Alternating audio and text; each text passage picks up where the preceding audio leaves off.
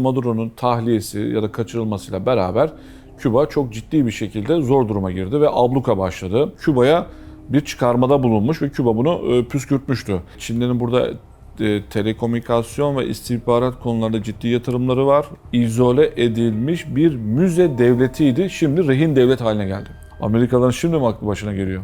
Raul Castro'nun torunu, yani 2. Cumhurbaşkanı'nın torunu Rodriguez Castro, İçişleri Bakanı ve Küba İstihbarat Başkanı'na görüştü. Bilmiyorum kelimesi en güzel kelime arkadaşlar. Sizi korur. Çünkü Herkese merhaba. GZT ekranlarına hoş geldiniz. Bugün dünya haritasının en sıcak, en gerilimli noktalarından birine, Amerika'nın arka bahçesine gideceğiz. Bu arka bahçedeki Küba'yı konuşacağız. 2026'nın ilk gününden itibaren geçen tam 5 aylık süreçte Küba'da sokaklar hala karanlık. Akaryakıt pompaları boş ve Washington'ın baskısı da her geçen gün artıyor.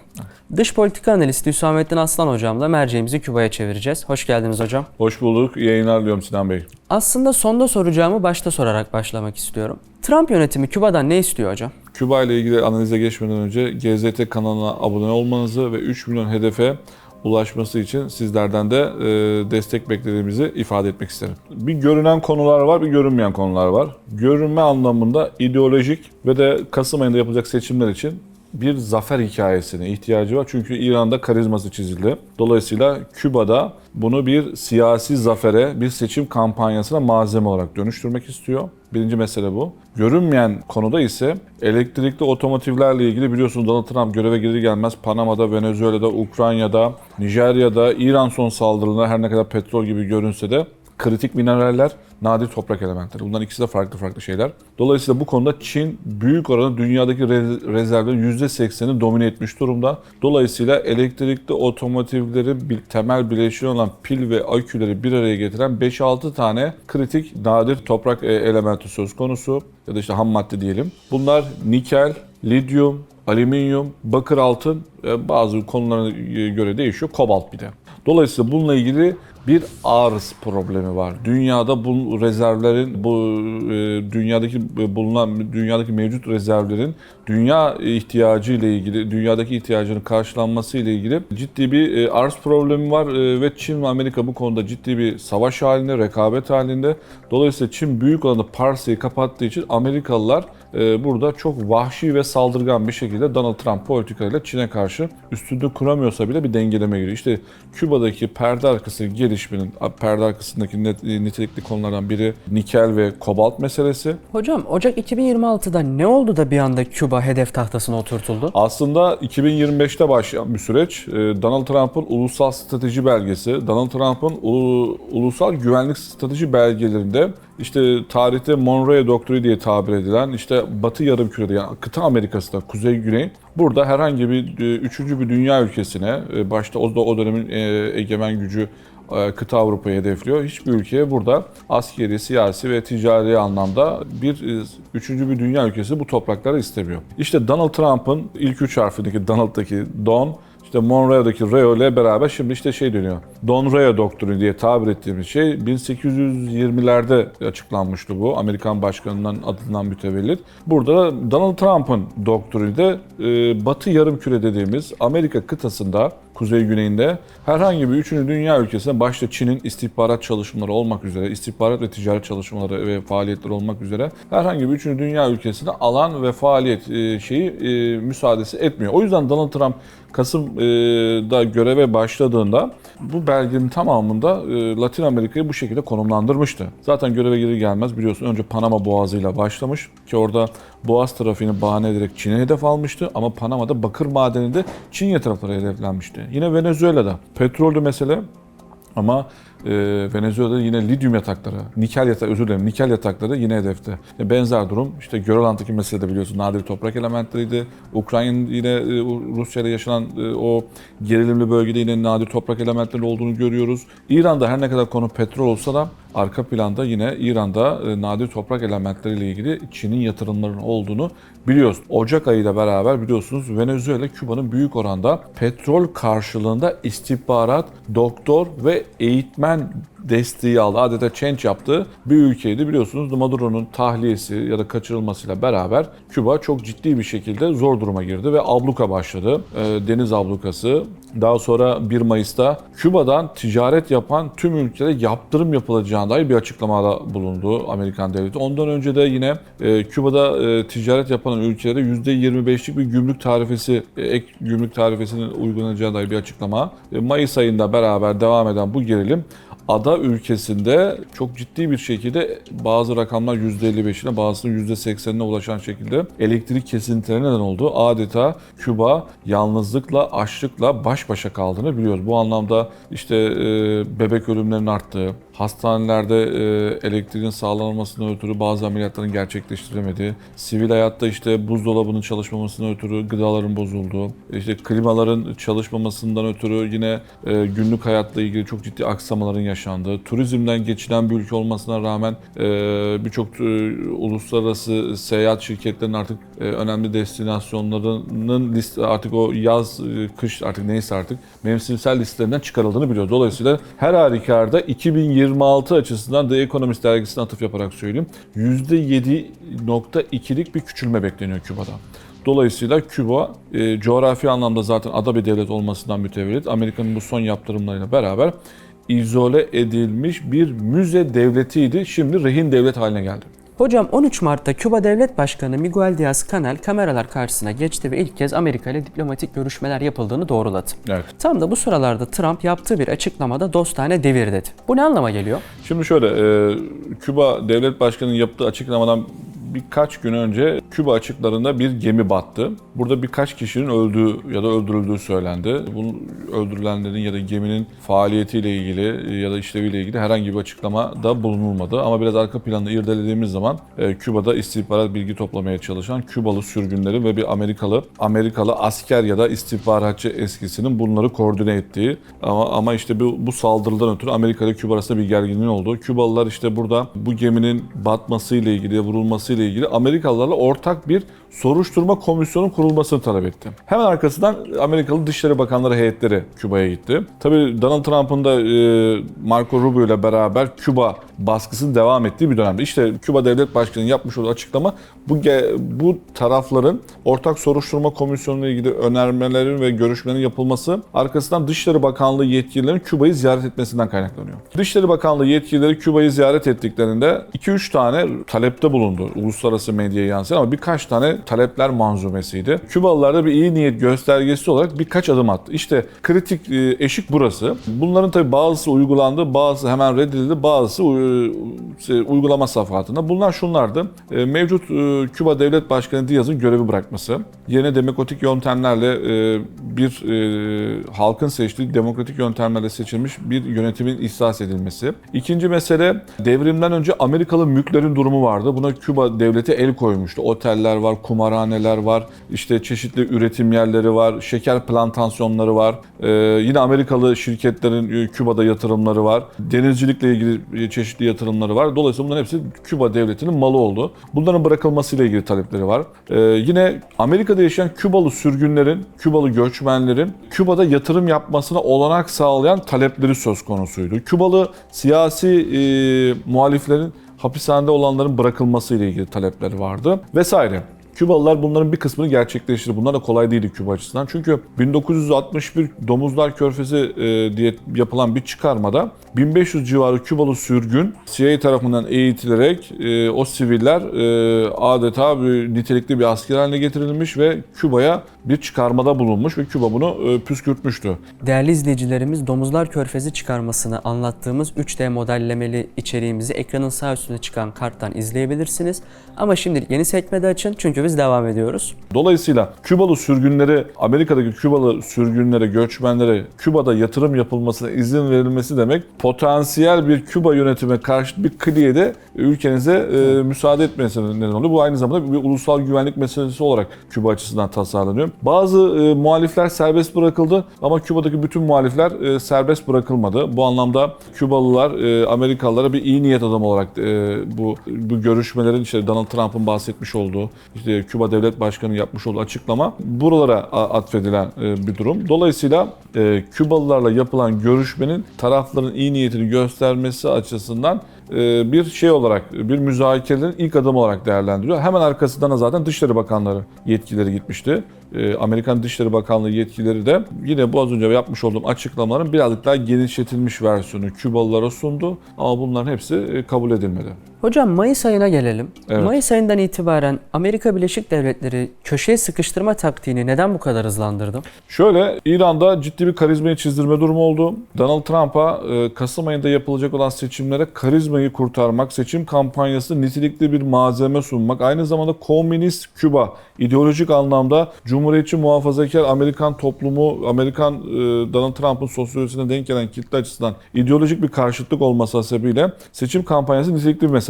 Dolayısıyla İran'daki gerilim, müzakere, savaşın boyutunun diplomasi masasında müzakerelerin daha sert geçmesi ve halen nitelikli bir şekilde İran dosyasının kapanmamasından mütevellit Amerika'da Trump yönetimi bunu bir B planı olarak seçime yakın bir döneme kadar elinde tutmaya çalıştı. Ancak İran başarısızlığı devam ettikçe kamuoyunda her geçen gün Donald Trump'a destek oranı düşünce bu sefer Küba'daki dosyanın tansiyonu her geçen gün arttırıldı. Dolayısıyla buradaki gerilim hem dinsel hem ideolojik hem de coğrafi anlamda biliyorsunuz kabaca 70 yıllık Soğuk Savaş döneminden kalma bir Küba meselesi var. Dolayısıyla Donald Trump yönetimi bunu kendi seçmen kitlesi, özellikle muhafazakar milliyetçi seçmene bir siyasi zafer sunabilmek için bunu ara ara ısıtıp kamuoyuna getiriyor ama büyük bir ihtimalle seçim kampanyasına daha yakın bir, ya daha sonra seçimin yapılacağı tarihe daha yakın bir süreçte bu konu çok daha yüksek bir gerilime işaret edecektir diye düşünüyorum. Hocam Mayıs ayından devam edelim. 14 Mayıs 2026'da CIA Başkanı Radcliffe Küba'ya gitti ve bir takım görüşmeler yaptı. Evet. Küba'da kimlerle görüştü? Ajandasında ne vardı? Burada Raul Castro'nun torunu, yani 2. Cumhurbaşkanı'nın torunu Rodriguez Castro, İçişleri Bakanı ve Küba İstihbarat Başkanı'na görüştü. Tabii buradaki görüşmelerin gündemiyle Amerikan Dışişleri Bakanlığı yetkilileriyle yapılan görüşmelerin gündemi aynı değildi. Tabii oradaki gündem devam etti ama burada ölçek büyüdü. CIA Başkanı Amerikan Dışişleri Bakanlığı yetkilileriyle yapılan görüşmenin üstüne çıkarak Küba'dan Çin ve Rusya'nın Küba'daki istihbarat çalışmalarını sonlandırmasını, ticari yatırımlarını bitirmesini, Starlink uydu projesinin aktif hale getirilmesine, Çinlerin burada telekomünikasyon ve istihbarat konularında ciddi yatırımları var. Bunu Amerikalılar bir ulusal güvenlik şeyi olarak görüyor, meselesi olarak görüyor.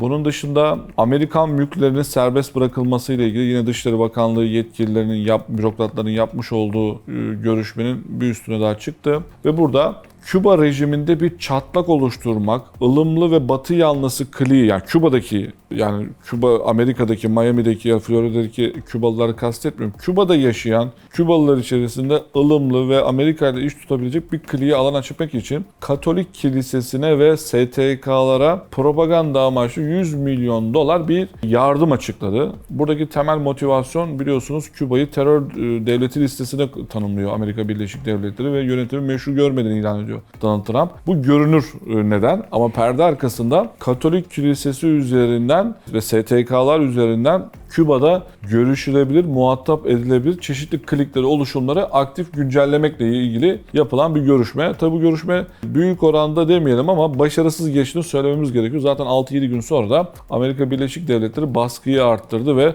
Küba'da iş yapan herkese yaptırım ilan edileceğine dair bir açıklamada bulundu ve tansiyonu daha da arttırdığını görüyoruz. Küba aynı zamanda Amerika Birleşik Devletleri'nin güney-doğu sahillerinde adeta bir uçak gemisi gibi, bir adadan ziyade jeostratejik bir uçak gemisi diyebiliriz. Çünkü bir yandan Atlantik Okyanusu'nda, bir yandan Panama Boğazı'nın hemen açığında, bir yandan Meksika Körfezi'nin yine açığında. Dolayısıyla Amerika Birleşik Devletleri ticaret lojistik hattı için. Aynı zamanda Florida'da Amerikalıların büyük bir deniz komutanlığı söz konusu. Dolayısıyla burada Çin'in sinyal istihbarat, elektronik istihbaratla Küba'da yerleşmesi Amerikalılar açısından askeri faaliyetlerin gözetlenmesi olarak bir tehdit olarak görülüyor.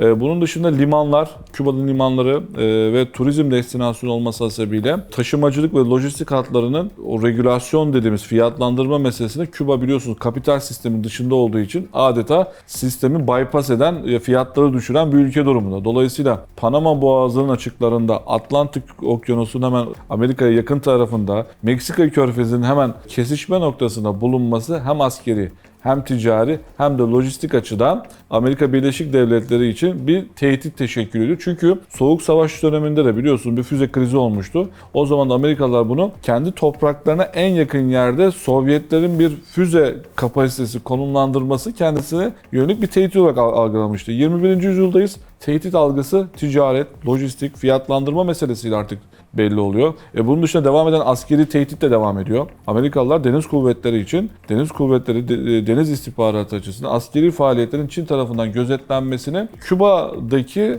Çin istihbaratı ve Çin sinyal istihbaratı düzeni sağlayan artık yerleşik düzeye gelmiş kurumlar tarafından yapılmasını istemiyor. Dolayısıyla bu başlık çerçevesi üzerinden neden şimdi sorusunun temel motivasyonu Çin'in Küba'daki istihbarat ve askeri faaliyetlerinden kaynaklanıyor. Çin'in Latin Amerika stratejisinde demiryolları, barajlar, otobanlar ve bunun dışında limanlar stratejik önem teşkil ediyor. Dolayısıyla Karayiplere Çinlerin çok ciddi yatırım var. Yine Küba'da bulunan bir liman aynı zamanda Çin'in Latin Amerika ve Karayiplere bir sıçrama noktası teşkil edeceğinden Çin'in Küba'daki ticari büyümesi Amerika Birleşik Devletleri açısından dediğim gibi stratejik bir tehdit olarak değerlendiriliyor. Dolayısıyla artık Küba bir siyasi müze olmaktan çıkmış, Çin'in Latin Amerika'ya, Karayiplere bir sıçrama basamak noktası, aynı zamanda ideolojik olarak yayıldığı nitelikli bir merkez haline gelmiştir. Hocam yine Mayıs 2026'dayız. Amerika'nın Florida eyaleti Raul Castro ve diğer Kübalı yetkililer hakkında idama yönelik iddianame düzenledi. Evet. İdam talebiyle. Neden böyle bir şey yaşandı? Küba'da sevgili seyirciler 3 tane devrimden sonra başkan yer teşkil ediyor. Bir tanesi efsanevi Fidel Castro, birinci devlet başkanı. İkincisi onun kardeşi Raul Castro. Üçüncüsü ise mevcut şu anki devlet başkanı Diaz. İkinci Cumhurbaşkanı'nın 96 yılında Miami kökenli bir uçak şirketinin uçakları düşüyor. Bu şirket aynı zamanda CIA ile organik ilişkileri bulunan, Kübalı göçmenler, Kübalı muhalifler tarafından işletilen ve arada bir Küba adası ve çevresinde broşür, bildiri dağıtıp rejimi kötüleyen, bazen onlara yönelik nahoş Kübalı yetkililere göre ada üzerine bazı bombalamalar ve vesaire gibi şeylerde bu uçak şirketinin adı geçiyor ve kullanılıyor. Dolayısıyla bunlar düşüyor ve bunun sorumlusu olarak ikinci Cumhurbaşkanı, şu anda görevde olmayan ve 94 yaşında sevgili seyirciler, hayatını devam ediyor ama çok yaşlandı. 94 yaşındaki Raul Castro hakkında bir iddianame hazırlanıyor. Tabii iddianameyi hazırlayan savcı yine o da Kübalı bir göçmen. Marco Rubio ile yakın bir ilişkisi var. Bu Kübalı göçmen aynı zamanda İran Savaşı'nda Amerika Birleşik Devletleri'ne hukuki kıdemli danışmanlık yapıyor. Yani bu kadar siyasi, hukuki, organik ilişkileri bulunan bir savcı Raul Castro'yu bir cinayet ve terörle ilişkilendirerek Amerika Birleşik Devletleri dış politikasını, stratejik ekonomi politikalarını Küba'ya müdahale için bir gerekçe oluşturmaya çalışıyor. Tıpkı neresi gibi? Tıpkı Venezuela'da biliyorsunuz uyuşturucu var şeklinde oradaki balıkçıların gemilerine müdahale etmek için o saldırıları hukuksal bir gerekçe çerçevesine ilişkilendirmek için Amerikalılar tıpkı Küba'da da aynı yöntemle bir hukuki bir zemin oluşturmaya çalışıyor. Dolayısıyla düşen uçaklar Miami'de CIA ile organik ilişkisi bulunan Kübalı muhaliflerin işlettiği bir şirket ve burada Raul Castro'nun hayatı üzerinden bir müdahale gerekçelendiriliyor ve tıpkı Maduro gibi bir gelecek senaryosu üzerinden de olası bir senaryolardan biri de Raul Castro'nun Küba'dan alıkonulup Amerika'ya getirilip buradan bir siyasi bir zafer söylenmesi de senaryolardan birini teşkil ediyor. Dolayısıyla iddianame içi boş bir iddianame. Zaten Obama döneminde görüşmeler yapılmış. Kabaca 30 yıl geçmiş bu uçak düşürme hadisesinden. Amerikalıların şimdi mi aklı başına geliyor? Yani şimdi bu kendi içinde tutarsız. Sadece siyasi bir amaç için Küba'ya müdahale için bir gerekçe oluşturmayı teşkil ediyor. Bir kılıf niteliğinde yapılan bir hukuksal eylem olarak değerlendirmek lazım. Bu anlamda 7 yıl boyunca Küba'ya gemiler üzerinden elektrik tesis eden bir Türk gemisi de, bir özel şirketin gemisi de tekrar Küba'ya, Küba'nın bu arada 1/4 elektrik ihtiyacını sağlıyor Sinan Bey. Bir dönem Küba'nın elektrik ihtiyaçlarını sağladı ama ödemelerde sıkıntılar yaşanınca Türkiye bu gemiyi geri çekti. Yaşanan bu ablukadan ötürü Türkiye tekrar bu gemiyi adaya gönderdiğini biliyoruz. Daha önce de burada faaliyet gösteren Kanadalı bir şirket yine elektrik faaliyetlerini gerçekleştiriyor. Bu da Küba'nın %10, %15'lik ihtiyacını karşılıyordu ama 1 Mayıs'ta ilgili yapılan Amerika'nın bu açıklamasından sonra şirket herhangi bir Amerikan yaptırına maruz kalmamak için 2 tane şey yapıyor. Bir, elektrik üreten tesisi kapatıyor. 2, ülkedeki Mao nikel rezervindeki yatırımlarını durduruyor. Zaten Amerikalıların hedefi de zaten buradaki nikel ihtiyacını karşılamak. Bu arada dünyada işte Endonezya'da, Rusya'da, Yeni Kaledonya dediğimiz işte Yeni Zelanda bölgesinde nikel yatakları söz konusu. Amerikalılar hemen burnunun dibinde Küba gibi lojistik maliyetin, ulaştırma maliyetlerinin bu kadar düşük olduğu yerde zaten arz probleminin olduğu yerdeki nikel rezervini gidip Çinli şirketlere, Kanadalı şirketlere kaptırmamak için işte neden şimdi bu konu gündeme geldi? Neden 70 yıldır Amerikan ablukasındaki Küba ilk defa Amerikalılar bu kadar askeri kapasite göstererek Küba'yı tehdit ediyor sorusu nikel ve kobalt rezervlerinin işte 21. yüzyıldaki ticaretin ve hayatın dönüşümüyle işte elektrikli otomotivlerin temel bileşeni olan bu nadir toprak elementlerin ihtiyacından kaynaklanıyor. Değerli izleyicilerimiz, programımızı noktaladık. Dış politika analisti Hüsamettin Aslan hocamla Küba'da ne oluyor ne bitiyor üzerine geniş çaplı bir söyleşi yaptık. Çok teşekkür ederim aktardıklarınız için hocam. Ben teşekkür ediyorum. Hem sizlere hem de yayını takip eden izleyicilerimize. Bu bağlamda yayının başında dediğimiz gibi değerli takipçilerimizden 3 milyon hedefine ulaşması için GZT kanalına abone olmalarını rica ediyoruz bizden. Çok teşekkür ederiz. Ağzınıza sağlık hocam. Ben teşekkür ediyorum. Ne kadar zorlanıyorum bunları söylerken ya. Sağlık olsun hocam. Hallettik.